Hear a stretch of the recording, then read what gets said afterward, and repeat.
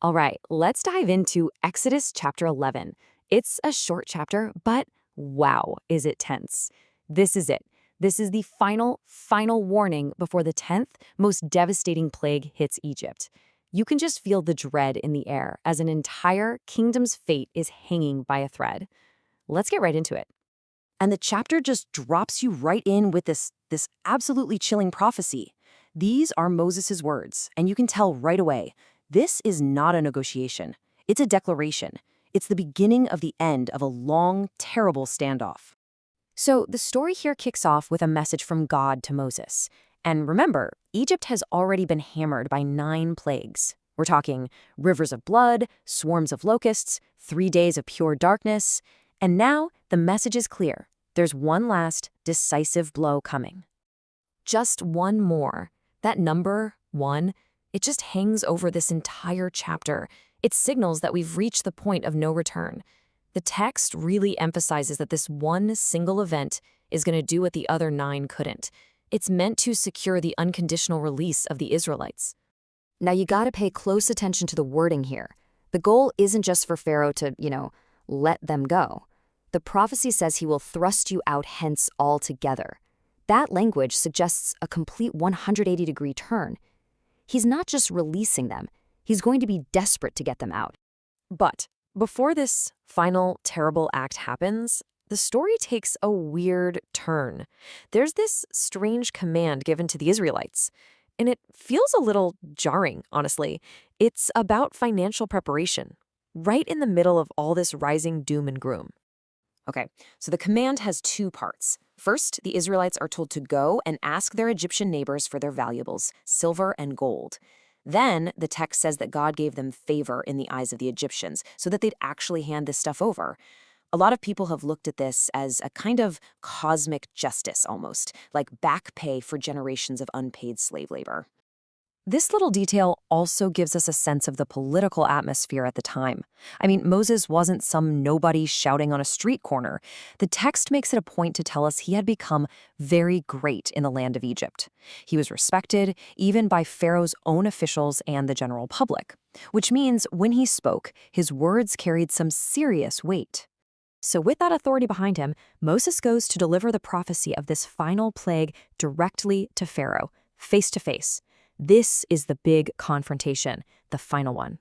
And Moses just lays out this terrifyingly specific sequence of events. It starts at a particular time, midnight. It describes a horrific action, the death of every firstborn, and it predicts a very specific outcome. Pharaoh's own court will be on their knees, begging the Israelites to just leave. Now, to really understand the gravity of this, you have to get what the firstborn meant in this culture.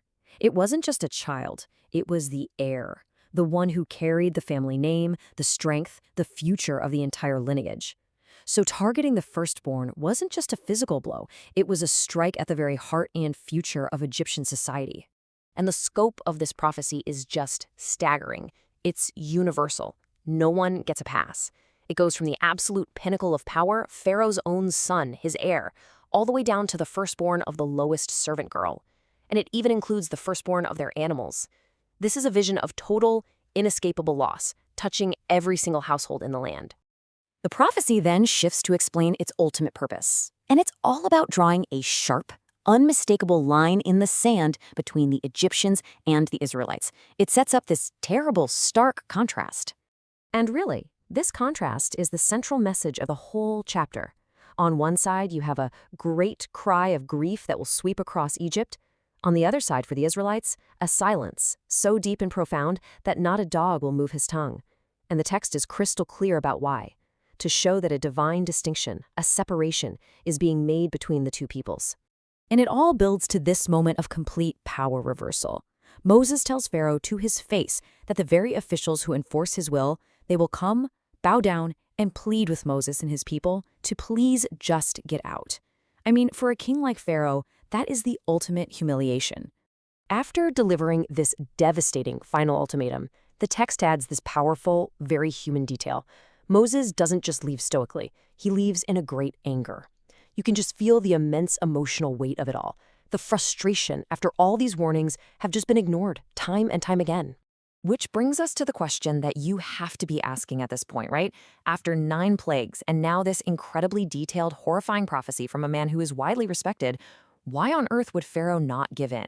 Well, the chapter gives its own answer, and it frames this tragic outcome not as a possibility, but as something that was always going to happen, an inevitability. The explanation given in the text is that Moses had already been told that this was part of a divine plan, that Pharaoh's refusal was, in a way, expected. And the reason given? His stubbornness would just allow for more wonders, more miracles to be performed, making the final deliverance that much more powerful. So the chapter concludes by just summarizing this tragic, repeating cycle. Moses and Aaron perform the wonders, God hardens Pharaoh's heart, and Pharaoh refuses to let the people go. These last few verses really lock in the inevitable course of events and perfectly set the stage for what happens next, the Passover. And so Exodus 11 leaves us with this really profound question about power and free will and maybe even destiny. It's a story where one man's stubbornness collides with a divine purpose, and it forces us to think about the tragic and sometimes inevitable consequences.